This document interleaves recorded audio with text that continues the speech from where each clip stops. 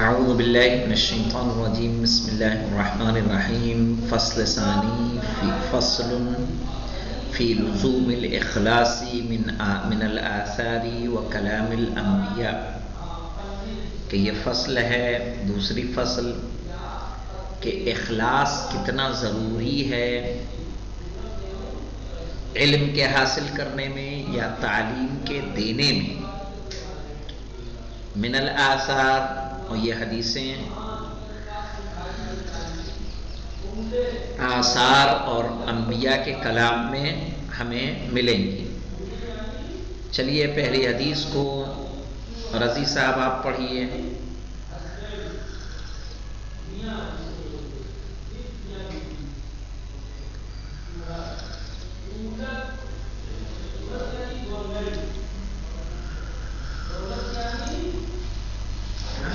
رضی نہیں پڑھ رہے ہیں تو علی حیدر تم پڑھو۔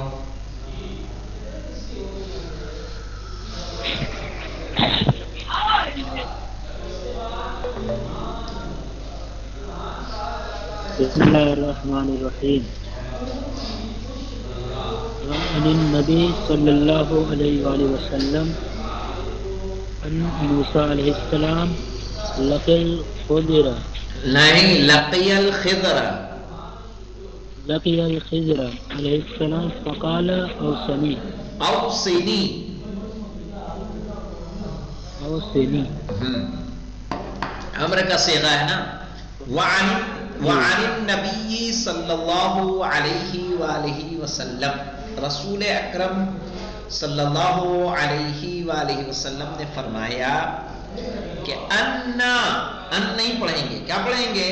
ان موسیٰ علیہ السلام، کہ بے شک جناب موسیٰ علیہ السلام لقی الخضر علیہ السلام نے ملاقات کی جناب خضر سے، اور جناب خضر سے ملاقات کر کے کہا فقال، تو جناب موسیٰ نے کہا جناب خضر سے اوصنی، مجھے آپ وصیت کریں، اوصنی مجھے وصیت کریں، مجھے نصیحت کریں۔ پڑھیے آگے۔ فقال الخضر، نہ خضر پھر کہہ رہا ہے یار، فقال الخضر، فقال الخضر یا طالب العلم، یا طالب العلم، یا طالب العلم، یا طالب العلم، مضاف کیا ہوتا ہے ہمیشہ؟ منادہ جب مضاف ہو تو منصوب ہوتا ہے۔ یا طالب العلم ان القائل اقل ملالۃ من المستمع، اقل ملالۃ من المستمعین، بس۔ فقال الخضر، تو جناب موسیٰ نے جب درخواست کی کہ آپ مجھ کو نصیحت کیجئے، فقال الخضر، تو جناب خضر نے کہا یا طالب العلم، اے علم کے طلب کرنے والے، چونکہ جناب موسیٰ نے کیا کی تھی؟ نصیحت طلب کی تھی جناب خضر سے، تو کہا یا طالب العلم، کہ اے علم کے طلب کرنے والے، ان القائل، کہ بے شک بولنے والا، اقل ملالتن، کم تھکتا ہے، من المستمعی، سننے والے سے، یعنی سننے والا زیادہ تھکتا ہے، بولنے والا کم تھکتا ہے۔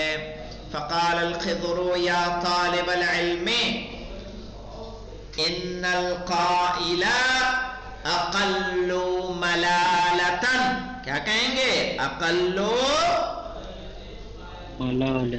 ملالتن من المستمعین، ٹھیک ہے، سننے والے سے بولنے والا کم تھکتا ہے، تھکتے دونوں ہیں لیکن بولنے والا کم، سننے والا زیادہ تھکتا ہے۔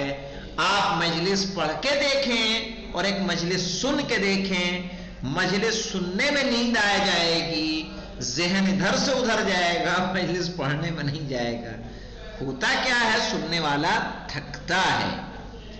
فَلَا تَمِلَّ جُلَسَاءَكَ إِذَا حَدَثْتَهُمْ، تو بور مت کرو، تھکاؤ مت، فلا تملو، فلا تمل جلساءک، تو اپنے ساتھیوں کو جن کے ساتھ تم بیٹھے ہو ان کو مت تھکاؤ، اذا حدثتہم، جب تم ان سے باتیں کرو. ٹھیک ہے، چلیے آپ پڑھیے حسیب محب.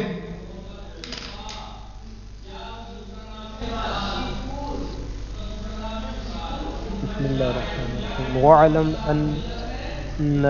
واعلم أن قلبك وعاء، ان قلبك وعاء، ان کا اسم ہو جائے گا.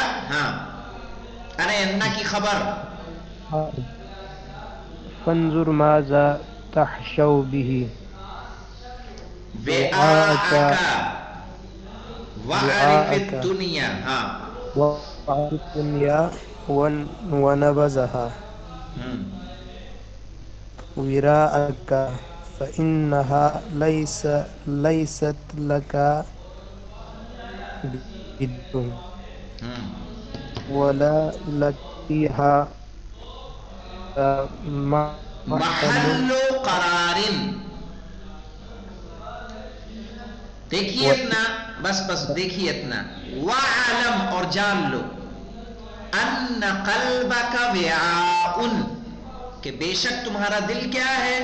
ایک برتن ہے. وعاء کہتے ہیں برتن کو، ظرف کو. کہ ان قلبک، کہ بے شک تمہارا دل وعاء، برتن ہے. فانظر، تو دھیان رکھو، دیکھو.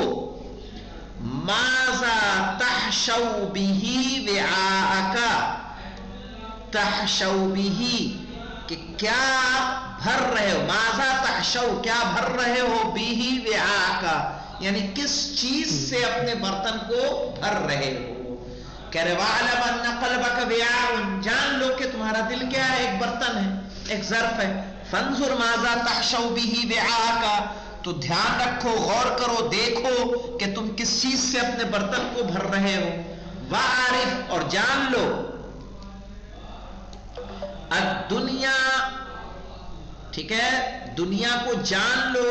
وَانْبِذْهَا وَرَاءَكَ، اور اس کو چھوڑ دو یا ڈال دو. وراءک، اپنے پیچھے، یعنی دنیا کے پیچھے نہ بھاگو بلکہ کیا کرو، دنیا کو اپنے پیچھے رکھو. فإنها ليست لك، اس لیے کہ دنیا ہمارے لیے ہے، بالکل نہیں ہے. ليست لك بدار، اس لیے کہ دنیا تمہارا گھر نہیں ہے. فإنها ليست لك بدار. اب دیکھیے وَعَلَمْ أَنَّ قَلْبَكَ وِعَاءٌ، جان لو کہ تمہارا دل ایک برتن ہے. فَانْظُرْ مَاذَا تَحْشَوْ بِهِ وِعَاءَكَ، تو جان لو کہ تمہیں کس چیز سے اپنے برتن کو بھرنا ہے. اور دنیا کو اچھی طرح سے پہچان لو اور اس کو پس پشت ڈال دو.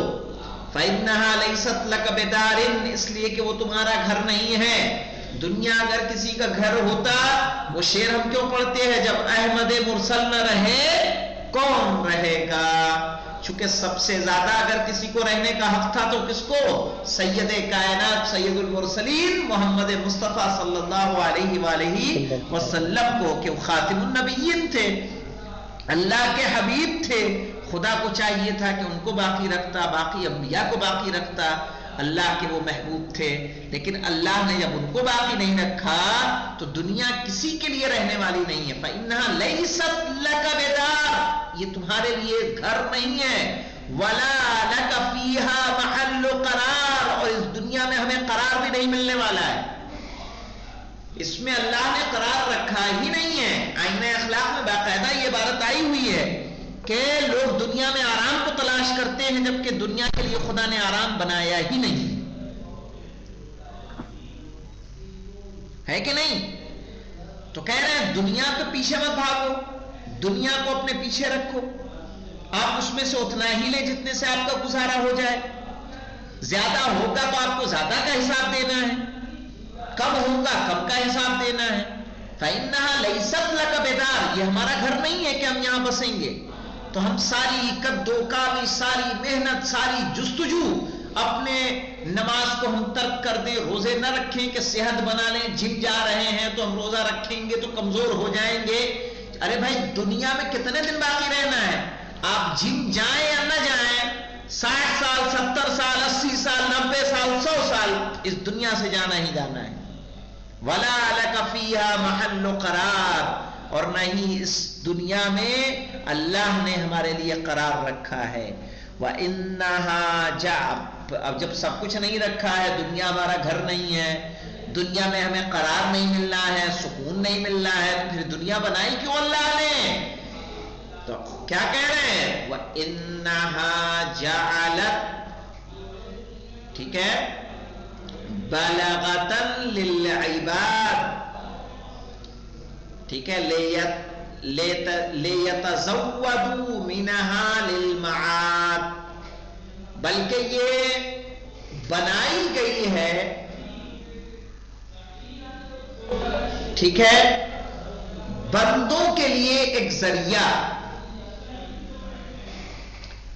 لِيَتَزَوَّدُوا تاکہ اضافہ کریں، مِنَهَا اس میں سے، لِلْمَعَادِ قیامت کے لیے. کہہ رہے ہیں کہ دنیا کو پس پش ڈالو، یہ ہمارے لیے گھر نہیں ہے، نہ اس میں ہمیں سکون و قرار ہے. تو پھر دنیا کیوں بنائی؟ کہا دنیا اس لیے بنائی گئی ہے تاکہ بندوں کے لیے واسطہ بن جائے، ذریعہ بن جائے. لِيَتَزَوَّدُوا مِنَهَا تاکہ اسی دنیا سے وہ اضافہ کر سکیں اور جمع آوری کر سکیں. کس چیز کے لیے؟ معاد کے لیے. تو صرف و صرف کیا ہے؟ ایک ذریعہ ہے یہ دنیا. چلیے پڑھیے محمد علی حیدری صاحب.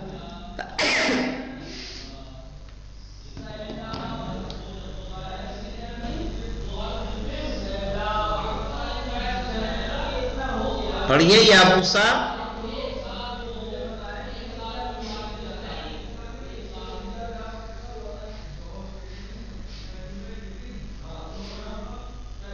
جی جناب.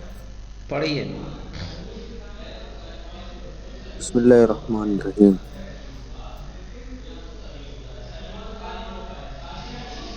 الخضر یا طالب العلم انی قائل اقل ملالت مستم.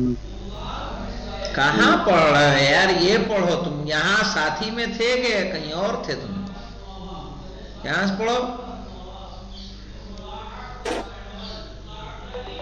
سو تو نہیں گئے تھے؟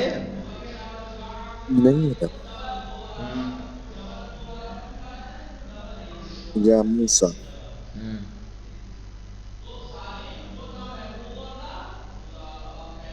وَطْن نفسك على الصبر تلك الحلم أشعر قلبك التقوى تنال العلم ورضى نفسك على الصبر تخلص من اللائم. تخلص من الاسم، تخلص من الاسم. دیکھیے کہہ رہے ہیں یا موسیٰ، اے موسیٰ، جناب خضر نے کہا موسیٰ سے، وَطْنِ نَفْسَكَ عَلَى الصَّبْرِ، ٹھیک ہے، کہ اپنے نفس کو صبر کی عادت ڈالو. تلق الحلم، تو تم کیا پا جاؤ گے؟